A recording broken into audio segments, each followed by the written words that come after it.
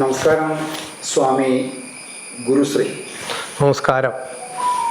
വളരെ സന്തോഷമുണ്ട് അങ്ങയുമായി അങ്ങയുടെ വചനങ്ങൾ കേൾക്കാനായിട്ട് അവസരം ലഭിച്ചതിൽ. അങ്ങ് ഉത്കർഷ ചിന്തയുമായി സമൂഹത്തിലേക്ക് ഇറങ്ങിയിരിക്കുകയാണല്ലോ.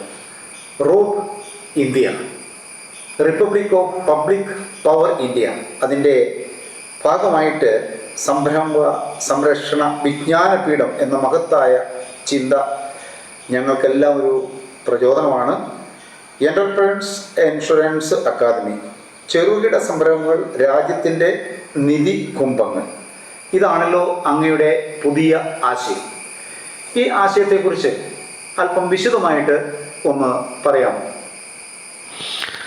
Rope India, republic of public power India, Indian ജനാധിപത്യം. അതിന് 5 ഫാക്കൽറ്റികളുണ്ട്. അതിൽ പ്രമുഖമായൊരു ഫാക്കൽറ്റിയാണ് എൻ്റർപ്രണർ ഇൻഷുറൻസ് അക്കാദമി എന്നത്. അത് സംരംഭകത്തെ പ്രോത്സാഹിപ്പിക്കാൻ വേണ്ടി ഉന്നം കണ്ടിട്ടുള്ള ഒരു കർമ്മ പരിപാടിയാണ്. വിദ്യാർത്ഥികളെയും വിദ്യാഭ്യാസം കഴിഞ്ഞിട്ടുള്ള ഉദ്യോഗാർത്ഥികളെയും ഒക്കെ സംരംഭകരായി ഉയർത്തുകയും അവരെ സാമൂഹിക പരിഷ്കരണത്തിൻ്റെ ഭാഗമാക്കുകയും ചെയ്യുക എന്ന ഒരു ഉദ്യമത്തിൻ്റെ ഭാഗമാണ് ഇത്. സംരംഭകത്വമാണ് സ്വാഭിമാനത്തിൻ്റെ ഉറവിടം, അതുപോലെ തന്നെ സമ്പത്തിൻ്റെ കവാടവും എന്ന സങ്കല്പത്തിലാണ് അത് രൂപകൽപ്പന ചെയ്തിട്ടുള്ളത്. സ്വാഭിമാനികളായ സമൂഹത്തെ രൂപപ്പെടുത്തുന്നതോടുകൂടി ക്ഷേമസമൂഹം സംജാതമാകും എന്ന ദർശനത്തിൻ്റെ പ്രായോഗിക രൂപമാണ്. ഇന്നിപ്പോൾ തൊഴിലാളിയാവാൻ വേണ്ടി ജനിക്കുന്ന പ്രകൃതത്തിലാണ് ക്രമങ്ങൾ രൂപപ്പെട്ടിരിക്കുന്നത്. എന്നാൽ ജനാധിപത്യം എന്ന സിദ്ധാന്ത പദ്ധതിയിൽ തൊഴിലാളികളെയോ യാചകരെയോ സൃഷ്ടിക്കുകയല്ല, സ്വാഭിമാനികളെ നിർമ്മിച്ചെടുക്കുകയാണ്. സ്വാഭിമാനികളെ നിർമ്മിക്കുന്നതിന് ഭാരത സാഹചര്യത്തിൽ ഏറ്റവും ലളിതവും ഉദാത്തവുമായ മാതൃക സംരംഭകത്വമാണ്. ആ സംരംഭകത്വം കൊണ്ട് കൂടുതൽ പേർക്ക് തൊഴിൽ ലഭിക്കും. അതോടൊപ്പം തന്നെ ഉൽപാദനക്ഷമത വർദ്ധിക്കും. ദേശത്തിനകത്തും ദേശത്തിന് വെളിയിൽ നിന്നും വ്യാപാര രംഗത്തുനിന്ന് അധികം ധനവും സ്വരുക്കൂട്ടാൻ കഴിയും എന്നതാണ് അതിൻ്റെ ഒരു പ്രത്യേകത. അതിനായി ഉന്നം കൊണ്ടിരിക്കുന്നത് ഇന്നുള്ള ദുരന്തം, സംരംഭകൻ ഫെയിലറായാൽ അവൻ്റെ മൂലധനം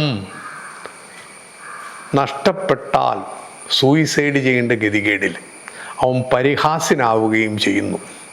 ഈ പരിഹാസ്യത ഇല്ലാതാക്കാനും സംരംഭകന് സംരക്ഷണം നൽകാനുമുള്ള ഒരു ആധുനിക ബോധത്തിൻ്റെ ഭാവമാണ് എൻ്റർപ്രണർ ഇൻഷുറൻസ് അക്കാദമി മുന്നോട്ട് വയ്ക്കുന്നത്. അതിന് സംരംഭകന് സംരക്ഷണം നൽകിക്കൊണ്ട് അവൻ്റെ സ്റ്റേക്കിന് മൂലധന ഇൻഷുറൻസ് നൽകിക്കൊണ്ടുള്ള ഒരു സംവിധാനമാണ് വരേണ്ടത്. ഇന്നിപ്പോൾ മൂലധന ഇൻഷുറൻസ് പ്രാവർത്തികമല്ല. എന്നാൽ വായ്പ തരുന്ന ധനകാര്യ സ്ഥാപനങ്ങൾക്ക് ഇൻഷുറൻസ് ഉണ്ട്, തൊഴിലാളികൾക്ക് ഇൻഷുറൻസ് ഉണ്ട്. പക്ഷേ സംരംഭകന് മാത്രം ഇൻഷുറൻസ് ഇല്ല. സംരംഭകൻ നിന്ന് മാത്രമേ രാജ്യത്തെ അഭിവൃദ്ധിയിലേക്ക് നയിക്കാൻ പറ്റുകയുള്ളൂ.